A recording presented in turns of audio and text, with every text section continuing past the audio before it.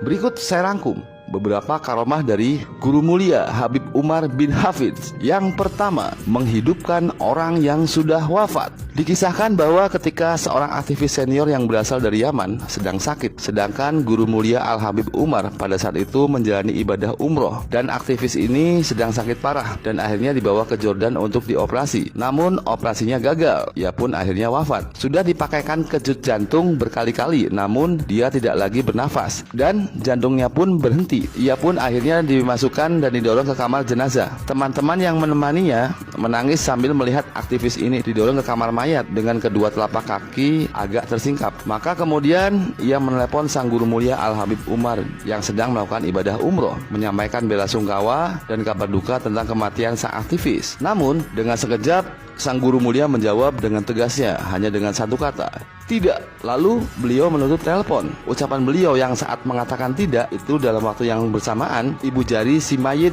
bergerak dan ia hidup kembali. Kejadian itu sekitar beberapa tahun yang lalu dan ia hingga kini masih sehat walafiat. Ucapan tidak ini merupakan salah satu karomah kemuliaan dari wali Allah, yaitu membangkitkan orang yang wafat. Wallahu alam bishawab.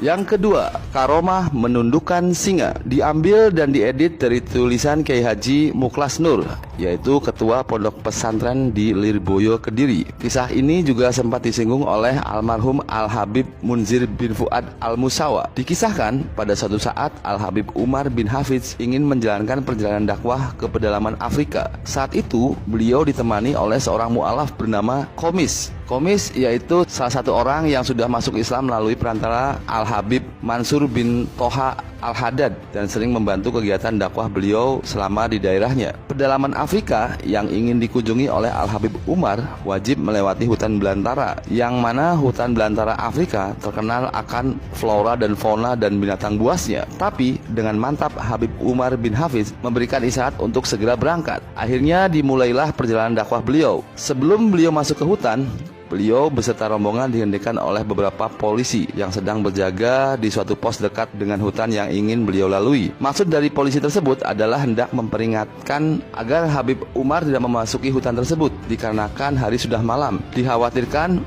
beliau dan rombongan akan bertemu dengan beberapa hewan buas yang akan keluar untuk mencari mangsanya di malam hari. Al-Habib Umar pun keluar dari mobil yang ditumpanginya dan berdiri di samping mobil itu. Serta-merta Al-Habib Umar memerintahkan seseorang untuk menggelar tikar di dekat mobil dan memerintahkan rombongannya untuk membaca Maulid Al-Habsyi. Pembacaan pun dimulai dikarenakan para polisi yang berjaga di pos itu beragama non-muslim. Akhirnya mereka pun hanya bisa melihat dari kejauhan. Akhirnya seusai membaca Maulid, Al-Habib Umar mendapat isyarat untuk melanjutkan perjalanan pada malam itu juga. Para polisi itu tetap berusaha untuk mencegahnya, namun Al-Habib Umar bersikeras ingin melanjutkan perjalanannya. Para polisi pun akhirnya kalah argumen dan berinisiatif untuk mengikuti Al-Habib Umar dari belakang memakai mobil patroli yang lain. Dikhawatirkan seandainya terjadi apa-apa dengan Al-Habib Umar dan para rombongannya. Kemudian di tengah perjalanan, hal yang dikhawatirkan pun benar terjadi. Di depan mobil yang ditumpangi oleh Al-Habib Umar muncullah seekor singa. Saat itu Al-Habib Umar duduk di kursi depan. Mulailah singa itu mengitari mobil tersebut. Walaupun demikian, sang Habib tetap tenang. Berbeda dengan rombongan yang lain yang berawal dari menunjukkan rasa ketakutannya. Tak lama setelah itu, singa itu akhirnya berhenti di depan jendela sebelah tempat duduk Al-Habib Umar, lalu menaikkan kaki depannya ke atas jendela. Al-Habib Umar pun tetap tenang tanpa menunjukkan rasa ketakutan sedikit pun. Lalu beliau berkata kepada sang supir, "Turunkan jendela ini." Supir pun menjawab dengan ketakutan, "Ya Habib, ini singa." Tapi Al-Habib Umar tetap ingin agar dia menurunkan jendela itu atau membuka jendela mobil tersebut. Kaca mobil jendela pun akhirnya diturunkan dan terbuka. Suatu kejadian yang sangat menakjubkan pun akhirnya terjadi. Al-Habib Umar mengajak berbicara singa tersebut. "Hai singa, kami ini yaitu utusan Rasulullah SAW. Setelah itu Habib Umar mengambil sebuah pisang dan memberikannya kepada singa tersebut. Singa yang biasanya makan daging karena singa merupakan hewan karnivora. Namun kali ini dia mau makan pisang yang diberikan oleh Al-Habib Umar bin Hafidz.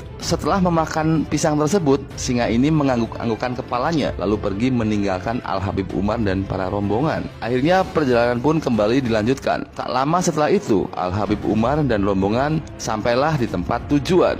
Seusai menyaksikan kejadian yang sangat luar biasa tersebut, para polisi yang sebelumnya beragama Kristen itu pun akhirnya mengikrarkan diri untuk masuk agama Islam. Ternyata kejadian yang mereka saksikan jadi sebab hidayah Allah Subhanahu wa Ta'ala yang ingin mengembalikan mereka ke dalam agama ilahi, yaitu Islam. Karomah yang ketiga, mampu membantu melalui mimpi. Pada saat kajian Majelis Jalsatul Itsnain, Majelis Rasulullah SAW, pengasuh Majelis Waratsatul Mustafa Jakarta, Sayyidil Habib Muhammad Al-Bagir bin Alwi bin Yahya, menceritakan bahwa belum lama ini dikisahkan ada seorang jamaah yang sedang di perjalanan melihat insiden kendaraan dan melihat anak kecil yang mengalami cedera. Waktu itu tidak ada seorang pun yang berani menolong. Akan tetapi jamaah itu tergerak hatinya untuk menolong anak tersebut. Sang jamaah tadi melihat ternyata cedera yang dialami oleh sang anak sangat parah. Setelah itu akhirnya sang anak dibawa ke rumah sakit terdekat.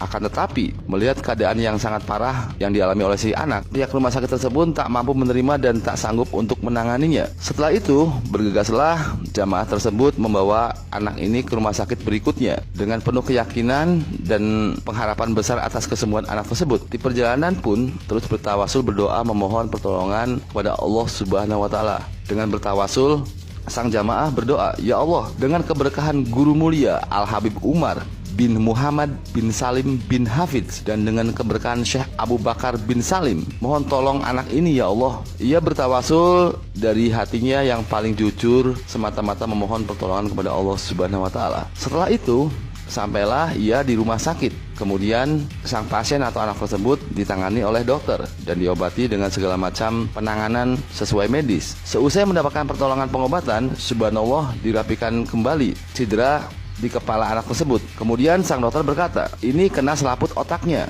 sehingga dilakukan tindakan operasi oleh pihak dokter. Singkat cerita, selesai operasi, sadarlah anak ini. Seusai sadar dengan polosnya, sang anak berkata, "Di mana orang yang memberi saya boga yang pakai sorban di kepalanya?" Seisi ruangan itu pun dibuat bingung oleh pertanyaan si anak tersebut. Lalu jamaah yang menolong anak ini akhirnya bertanya, "Yang mana? Saya membawa kita ke sini sendiri. Tidak ada orang lain, tidak ada yang menggunakan sorban. Hanya saya yang pakai pakaian kantor."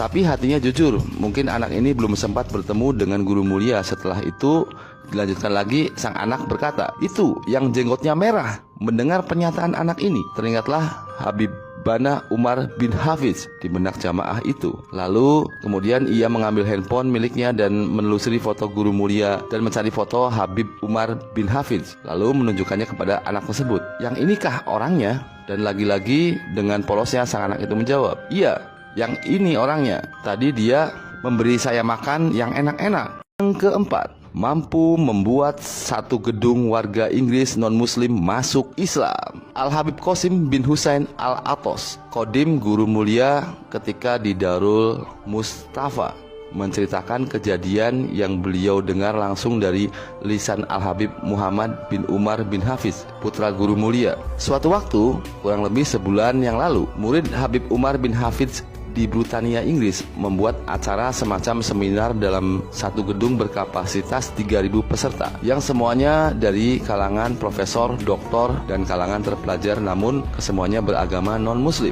Seperti biasa, sebelum berceramah, guru mulia tersebut terlebih dahulu membaca Ratib Al-Atos, Maulid Ad-Diyatul Lami yang telah ada terjemahan dalam bahasa Inggris. Di saat Mahalul Qiyam atau berdiri dengan pembacaan Maulid Nabi Muhammad SAW, semua ikut berdiri dan hampir semua peserta menangis walaupun para peserta tersebut beragama non-muslim. Selesai membaca Maulid Nabi Muhammad SAW, guru mulia Al-Habib Umar bin Hafidz pun memberikan tausiah atau ceramahnya. Akhirnya setelah ceramahnya usai dan guru mulia Al-Habib Umar bin Hafidz keluar dari gedung dan hendak pulang menuju ke mobil, namun sesampainya di mobil ternyata murid Al-Habib Umar dari pihak kru dan event organizer meminta beliau untuk masuk kembali karena katanya jamaah di dalam gedung masih belum puas mendengar ceramah guru mulia Umar bin Hafidz. Akhirnya guru mulia Umar bin Hafidz kembali lagi ke gedung tersebut. Setelah beliau naik ke panggung lagi, beliau bertanya kepada seluruh peserta seminar, "Kenapa kalian memanggilku kembali kemari?" Kemudian para peserta menjawab, "Kami ingin masuk Islam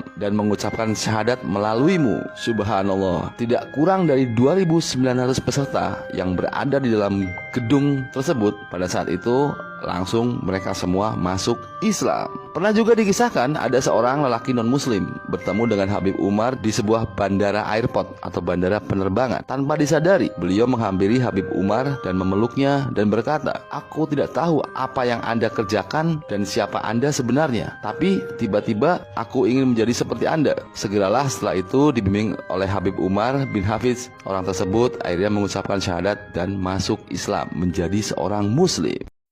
Yang kelima, karomah mampu menghilang lolos dari kepungan lawan. Dikisahkan suatu ketika guru mulia yaitu Al-Habib Umar bin Hafiz diundang dalam sebuah acara seminar yang mendatangkan berbagai narasumber untuk menyampaikan hujah atau penjelasan terkait amaliyah-amaliyah ahli sunnah wal jamaah yang sering disebut oleh kelompok tertentu sebagai sebuah ajaran yang tidak ada tuntunan sunnah, yang dikatakan bid'ah, musyrik, dan lain sebagainya. Acara seminar dilaksanakan di dalam gedung tertutup dan jauh dari pantauan umum. Sebuah insiden akhirnya terjadi di tengah-tengah acara. Tiba-tiba listrik padam dan dalam suasana yang gelap gulita tersebut, Al-Habib Umar pun tiba-tiba diserbu oleh para peserta yang kontra dengannya, yang kurang sepaham dengan aliran beliau. Dan kabar ini pun langsung terdengar oleh para murid-muridnya yaitu santri-santri Darul Mustafa. Maka tanpa berpikir panjang, berangkatlah dua jawara pondok menuju lokasi, yaitu Al-Habib Quraisy Baharun Cirebon dan Al-Habib Soleh Al-Jufri Solo.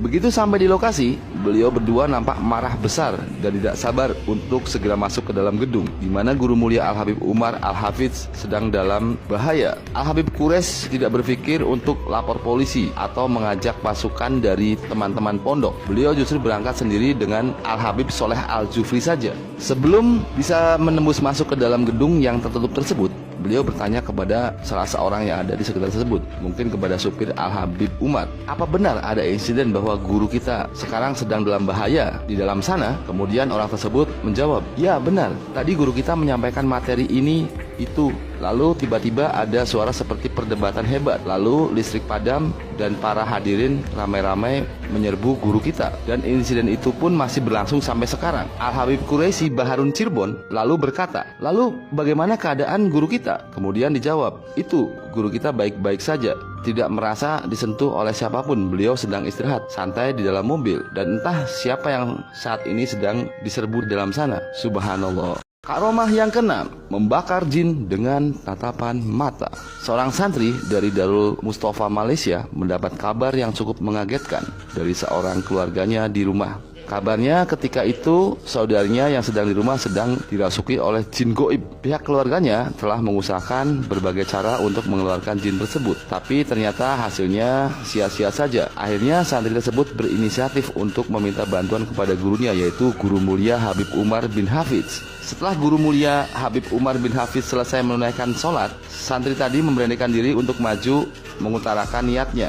Ia pun berkata, "Ya Habib, sekarang saudari saya di Malaysia sedang dirasuki oleh jin, dan jin itu sangat susah untuk dikeluarkan." Guru Mulia langsung paham kalau santri itu sedang meminta bantuannya. Tiba-tiba Guru Mulia terlihat seperti memandang seseorang dan beliau pun berucap, "Ihtarik," artinya terbakarlah kau.